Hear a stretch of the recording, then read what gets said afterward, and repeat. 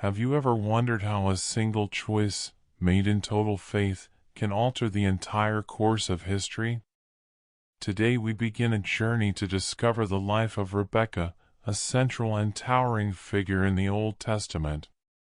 She is fundamentally known for her pivotal role in the history of Israel as the wife of Isaac and the mother of Jacob and Esau. Her story is not a mere coincidence. It begins when she is specifically chosen by God through Abraham's servant to join two important lineages, ensuring the continuation of a divine plan. Before we dive into this incredible narrative of faith and determination, we invite you to subscribe to our channel at Bible Says It. Join us as we explore the pages of the Bible to uncover how one woman's character left an indelible mark on the world. Rebekah is remembered for her striking beauty and her legendary hospitality, but also for her astuteness, a trait that would later change the very course of biblical history. Our story opens with Abraham, who is now an old man, well advanced in years and deeply conscious of the promise God made regarding his descendants. Having lived a life filled with trials, tests, and immense blessings, his primary concern in his old age is to secure a suitable future for his son Isaac, the heir to God's promise. Abraham understands that for this promise to flourish, Isaac needs a wife who shares the same values and faith that have been the cornerstone of their family. He tells his oldest and most trusted servant, the one who ruled over everything he owned, to place his hand under his thigh and swear a solemn oath by the Lord, the God of heaven and earth. The command is clear and non-negotiable. The servant must not take a wife for Isaac from the daughters of the Canaanites, among whom they were living. Instead, he must travel back to Abraham's own land and kindred to find the woman destined for his son. Abraham knew that a Canaanite wife, with different customs and pagan worship, would not be appropriate for the one who was to carry the divine promise. After receiving Abraham's commission, the servant set out on a long journey filled with uncertainty, but he did not go alone or empty-handed.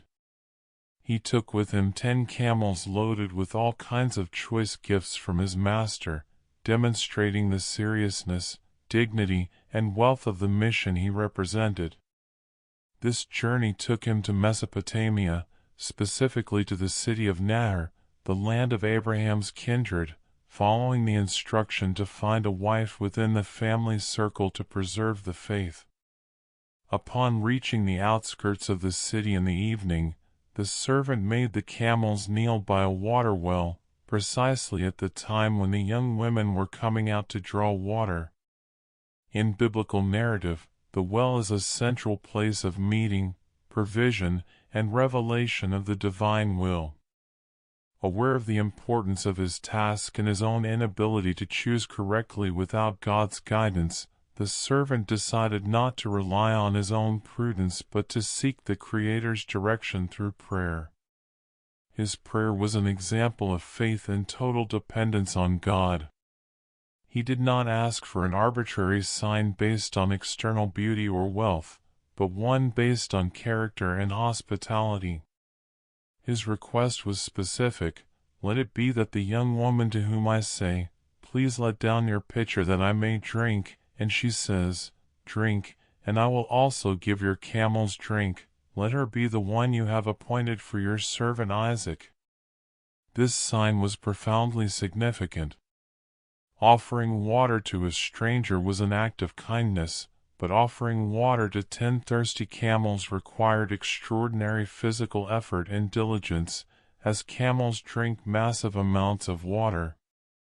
The servant was looking for a woman with a generous heart and a willingness to serve, essential qualities for the future matriarch of the covenant. With this humble attitude, the servant waited by the spring, trusting that only God could guide him to the right result. As soon as the servant finished offering his prayer in his heart, even before he had finished speaking, something truly amazing happened that demonstrated God's total control over every detail of the mission. Rebekah appeared on the scene. The biblical text introduces her with precise genealogical detail as the daughter of Bethuel and the granddaughter of Nahor and Milcah. This was a fundamental detail, as it confirmed she belonged to the very family branch Abraham had specified, ensuring the continuity of the divine promise through a household that shared his faith. Physically, Rebekah is described as a young woman of very beautiful appearance and absolute purity, but the narrative quickly shifts its focus to her exceptional character. With her pitcher upon her shoulder, she descended to the spring, filled it, and was returning when the servant ran to meet her with his predetermined test. "Please let me drink a little water from your jar." Rebekah's response was an immediate model of grace and hospitality. "Drink, my lord," she said, as she quickly lowered her pitcher to her hand to let him drink with ease. What truly stunned the servant was her spontaneous and overflowing generosity. Without being asked, Rebekah volunteered to draw water for all 10 of his camels until they had finished drinking. This was an immense task. Camels can consume vast quantities of water, and Rebekah had to run repeatedly to the well, emptying her pitcher into the trough and descending again until all the animals were satisfied.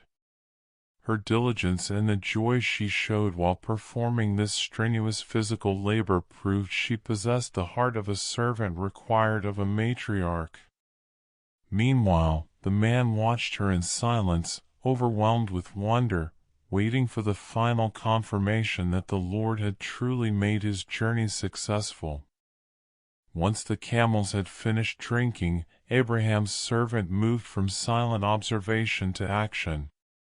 Marveling at the young woman's diligence, he decided to present her with the first gifts as a token of gratitude and a symbol of serious intent. He gave her a gold nose ring weighing half a shekel and 2 gold bracelets weighing 10 shekels. These gifts were not merely valuable objects, they were a sign of his master's wealth and the dignity of the matrimonial bond he sought to establish on Isaac's behalf.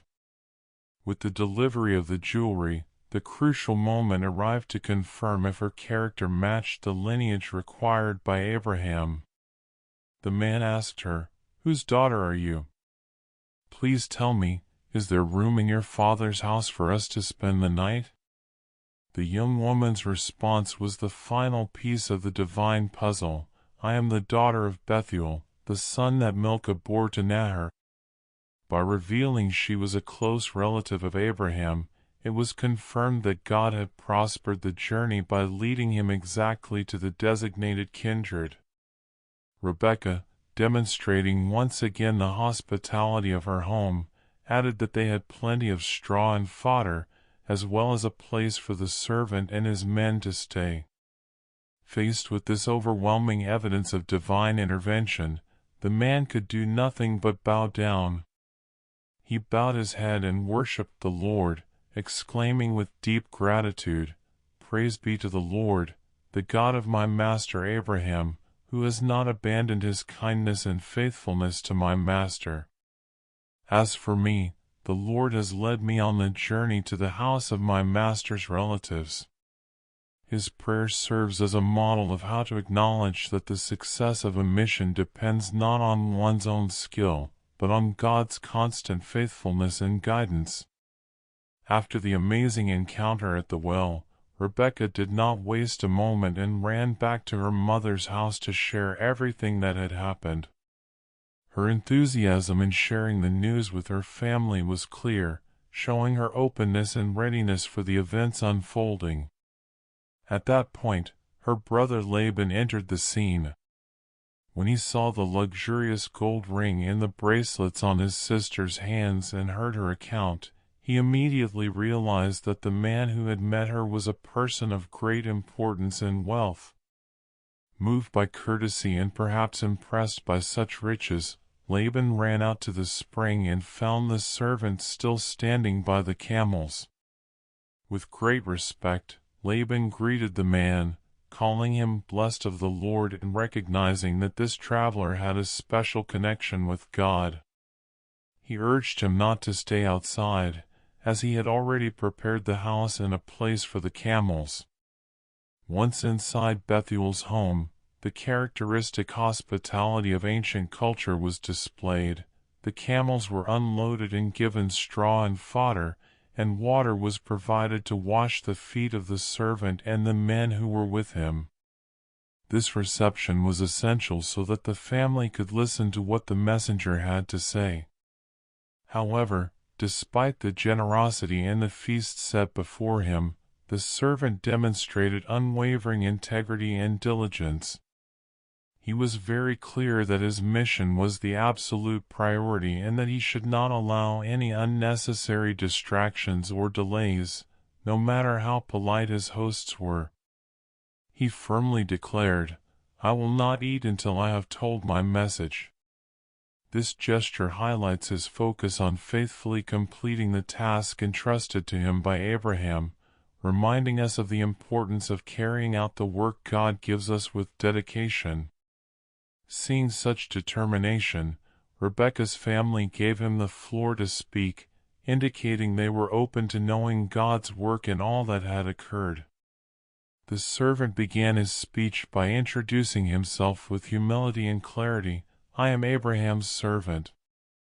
He recounted in detail how the Lord had blessed his master greatly, granting him sheep, cattle, silver, gold, male and female servants, camels, and donkeys.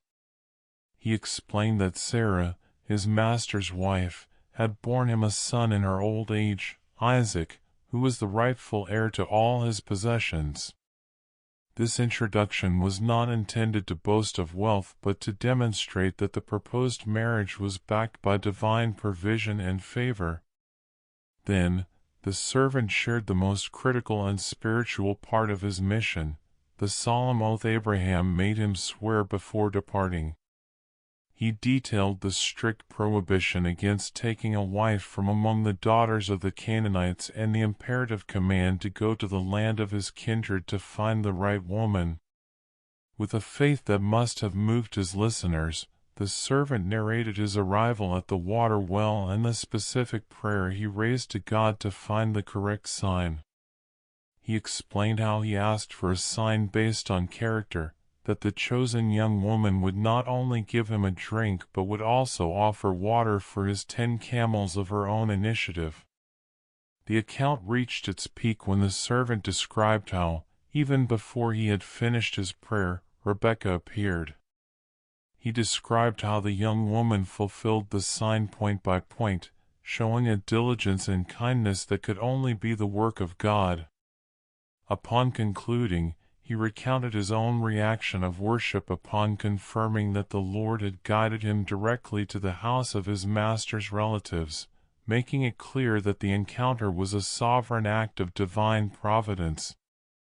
After the servant's detailed account, the decisive moment arrived, the response from Rebekah's family. Laban and Bethuel, struck by God's clear intervention in every detail, did not hesitate in their verdict. They openly acknowledged that the meeting was not a coincidence, but a plan drawn up directly by the Creator. Their response was solemn and definitive. "This thing comes from the Lord. We cannot speak to you either bad or good." With these words, they accepted that the marriage between Isaac and Rebekah was the fulfillment of a superior divine purpose that they should not oppose. The family declared in faith, "Here is Rebekah before you, take her and go, and let her be your master's son's wife, as the Lord has spoken." This acceptance was not easy from an emotional standpoint. It meant that Rebekah would leave her home, her roots, and her land to marry a total stranger in a distant place. However, their willingness to let her go represented an act of total surrender and trust that God would take care of her in her new destiny. This family detachment is key to the narrative, as it shows that when God's plan is discerned, the response must be immediate obedience. Upon hearing the family's confirmation, Abraham's servant did not react with pride for having completed his task, but with profound spiritual humility. He immediately bowed himself to the earth before the Lord, recognizing that the success of his journey was exclusively the work of divine mercy. His attitude of praise and gratitude serves as a model for how we should respond to the blessings we receive.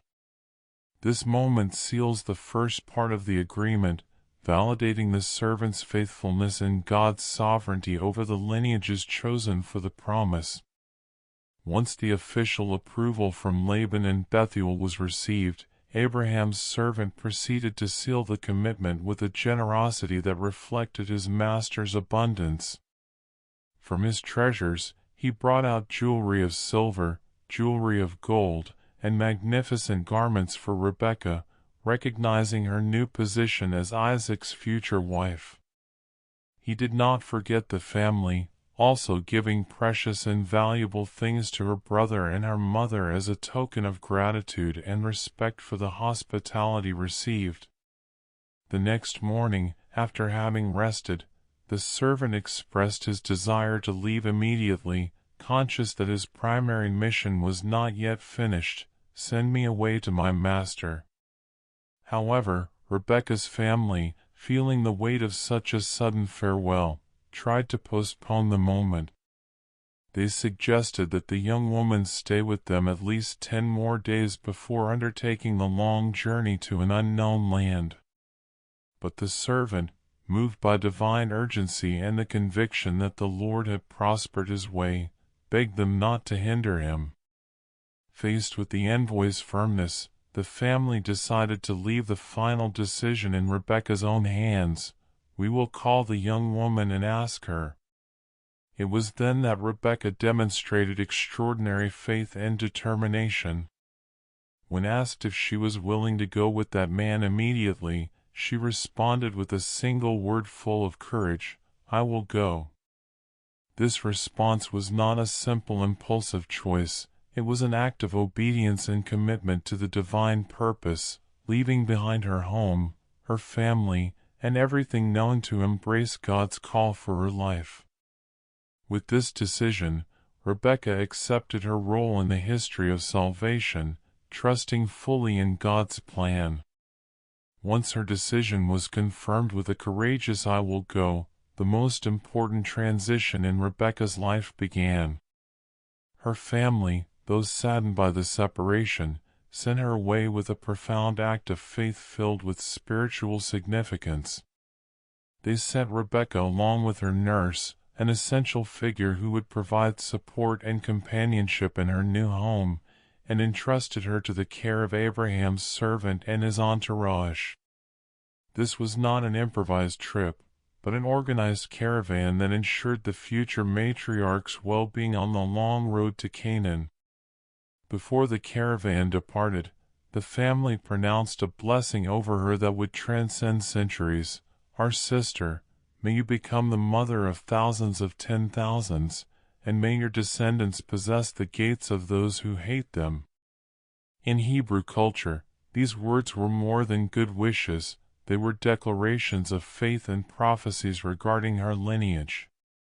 By wishing her to be the mother of thousands of 10,000s, they were aligning her future with the promise God made to Abraham about a progeny as numerous as the stars.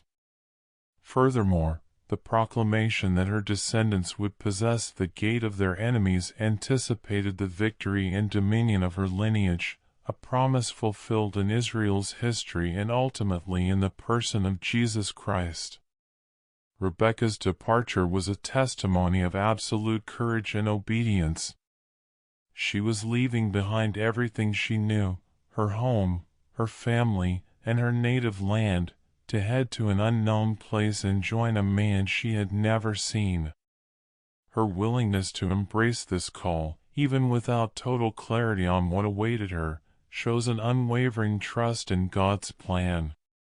With this step, Rebekah not only began a physical journey south toward the Negev but also initiated her mission as a fundamental pillar in the history of salvation. Rebekah's long journey culminated in a moment filled with spiritual and emotional symbolism. Isaac was in the field of the Negev, near the well of the living one who sees me, dedicated to meditation and prayer as evening fell. This detail reveals his reflective character. Isaac sought divine direction while waiting for God's will to be fulfilled in his life. Lifting his eyes, he saw the camel caravan approaching, a gesture symbolizing expectation and the longing for the future God had prepared for him. At the same time, Rebekah lifted her eyes and saw Isaac. Although she did not immediately know who he was, her reaction was one of profound respect. She descended from the camel and asked the servant who the man was. Upon confirming it was his master, Rebekah took a veil and covered herself, a traditional act of modesty, humility, and reverence that would set the tone for their marriage. The servant told Isaac every detail of the journey, from his prayer at the well to God's amazing response in guiding him to Rebekah, reaffirming that everything was under the sovereign direction of the Creator.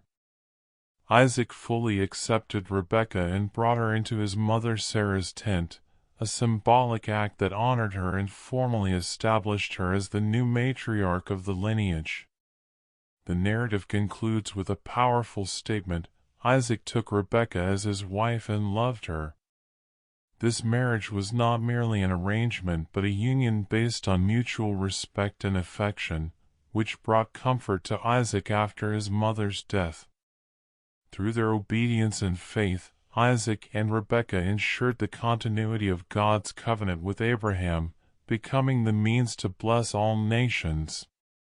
The story of Rebekah is not merely an ancient tale of an arranged marriage. It is a profound narrative that reveals eternal truths about God's providence, the importance of obedience, and the vital role of love and respect in our relationships. From her first introduction in the pages of the Bible, Rebekah is presented as a woman of faith and action, qualities that make her a role model for our contemporary Christian life. Her life vividly shows us how God orchestrates every detail, no matter how small it may seem, to fulfill His sovereign purpose in us. From the moment Abraham sent his servant in search of a wife for Isaac, we see that God is intimately involved in every aspect of the process.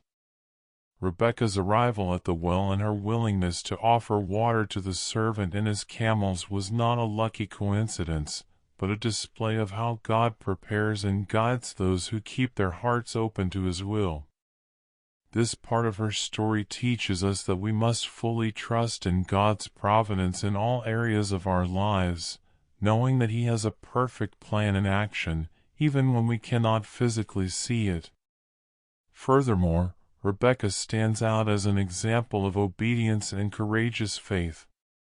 When Abraham's servant told her of his mission, she did not hesitate to leave her home and family to join a man she had never met.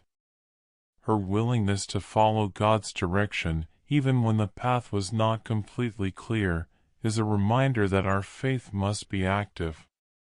Although obedience can require sacrifices and making difficult decisions, as in Rebekah's case, it always leads to blessings that surpass our human understanding.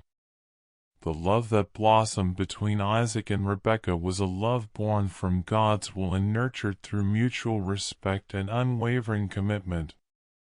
Their story serves as a powerful reminder that healthy relationships, especially within marriage, must be grounded in true love and deep respect.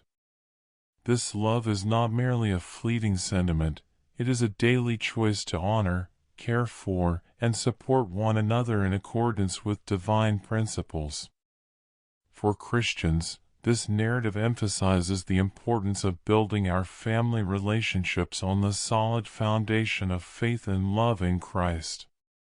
Furthermore, The encounter between Isaac and Rebekah speaks of the profound comfort God offers during times of great sorrow. Isaac was grieving the loss of his mother, Sarah, but through Rebekah's arrival, God brought him comfort and a renewed sense of hope. This teaches us that God is attentive to our emotional and spiritual needs, providing exactly what we require at the opportune moment. We can trust that God not only accompanies us in our losses but also restores us, granting new opportunities to experience His love and His peace. Finally, it is crucial to recognize that the union of Isaac and Rebekah was not just a personal blessing for them, it was fundamental for the continuity of God's covenant with Abraham. Through their marriage, the lineage of the promise was preserved, eventually leading to the coming of Jesus Christ. This reminds us of the immense significance of our family decisions and how they can impact many future generations. As believers, we are called to be faithful in our household responsibilities, knowing that our actions and choices can have a lasting impact on the history of faith.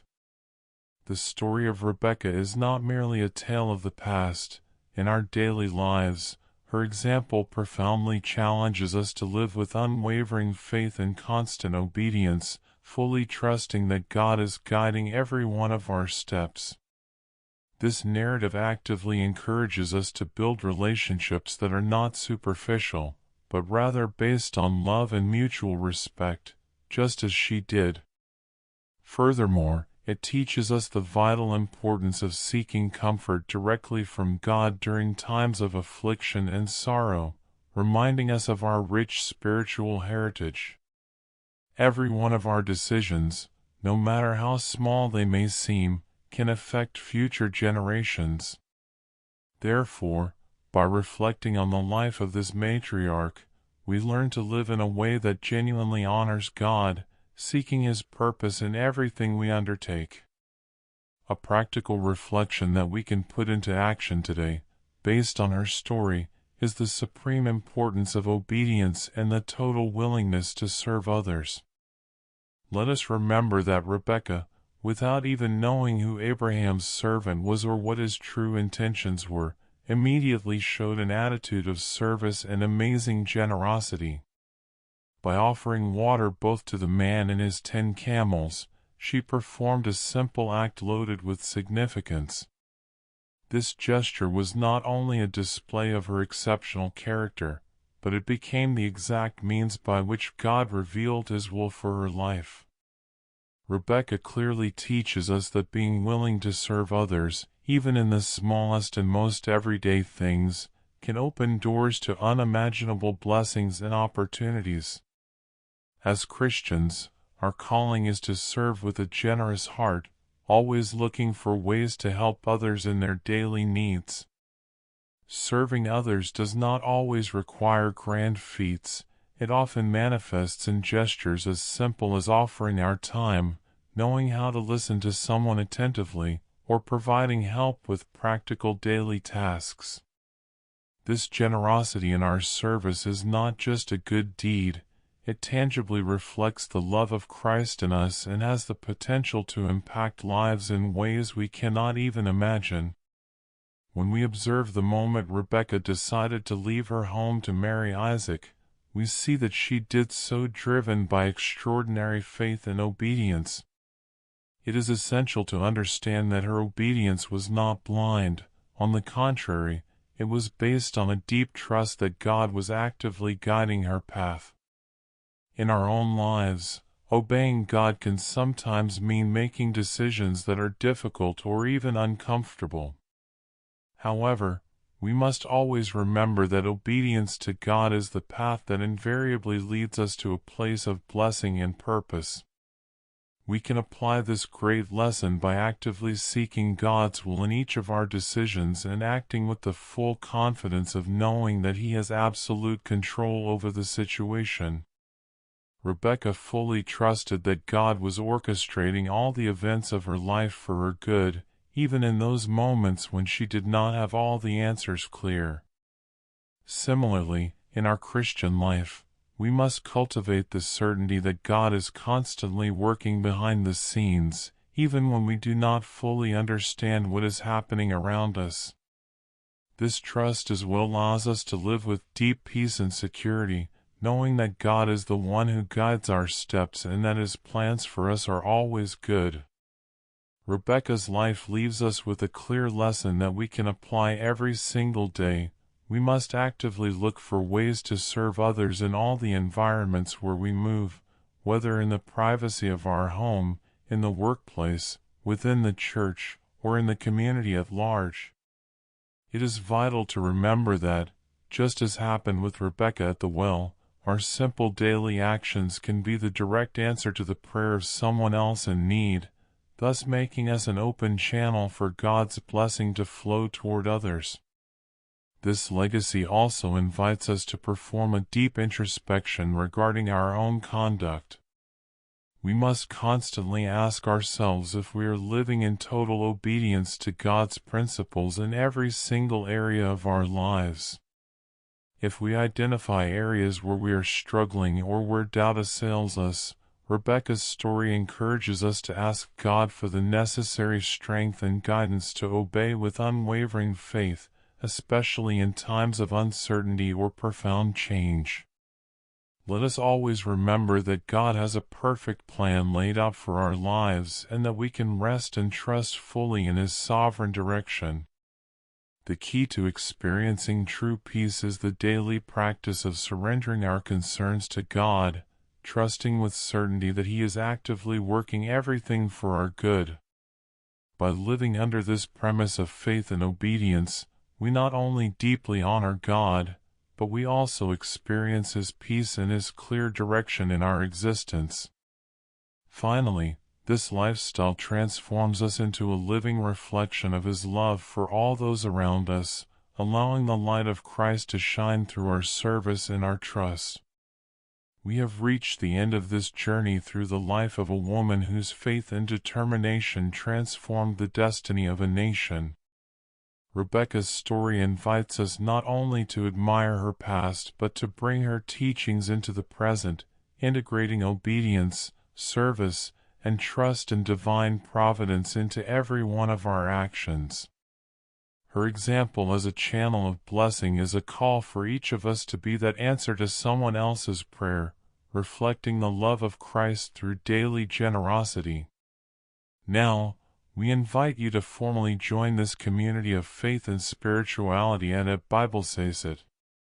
This is a space where together we can explore the depths of the Scriptures, finding guidance and comfort in the stories of those men and women who have preceded us on the path of faith.